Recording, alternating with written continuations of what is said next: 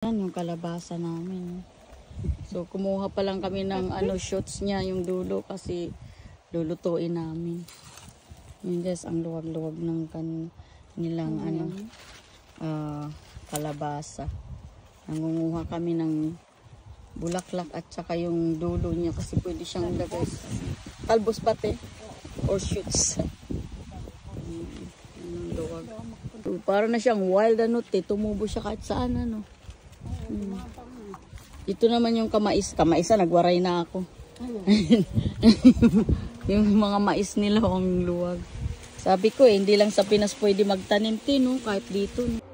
Yan, ang daming mais as in. Hopefully, good harvest this time. Allotment to ng kaibigan ko dito sa UK. Mag-asawa sila si ate tsaka si kuya. Meron silang green thumb. Ako wala. Meron din, may mga kamatis.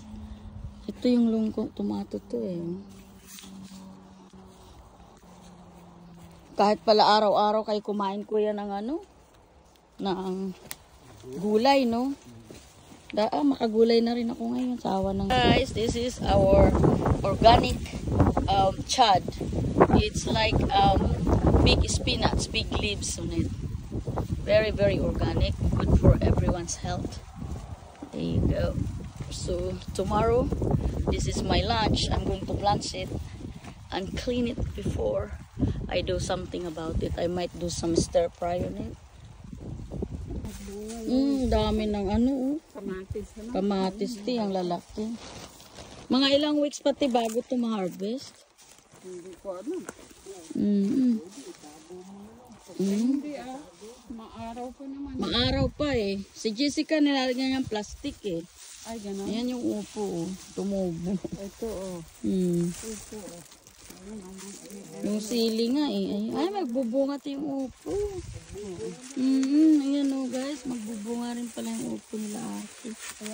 Ayan Oh wow, hopefully magtuloy-tuloy. Ito ang bee leaves or laurel sa atin. Laurel. Ayan, ang ganda. Ganda ng ni ate. Galing. Yung kamatis nakahiga na lang. Naalala mo nung nagmahal yung kamatis na parang gold na yung presyo. I know, that's what sibuyas. Sibuyas pala yun yung nagmahal. So, maluwag kasi yung lote nila na pinagtataniman kaya they can plant everything. Yung beans, runner beans tawag niyan dito sa UK. Wala kaming string beans yung sa atin, di ba yung snake beans. Ang ganda pa ng view guys, look. Ayan yung fields. Look at that beautiful fields. Imagine that. You can do lots of activities in that fields. You can do running. You can bring your dog in there.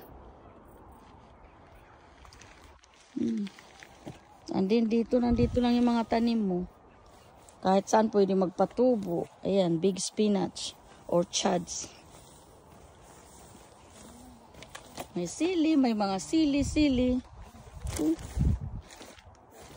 Masarap lang dito pag masipag ka. Ito yung yung talbos or shoots. They call it shoots. Ito yung masarap ilagay sa tinula o nilaga. Ayan. Sobrang luwag guys.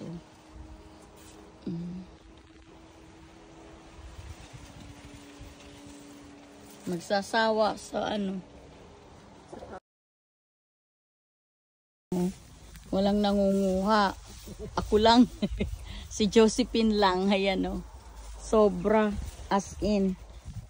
Siguro ate kung natin sa Pilipinas ay bayabas. Pero wala na rin. Ayan naglalalaglag lang. So, sino kayo may-ari nito? Ayan ang gagan. What ate? Duhat. Ay, oo. Duhat pa sa atin to Yan pati duhat nalalaglag lang. Nasisira lang duhat.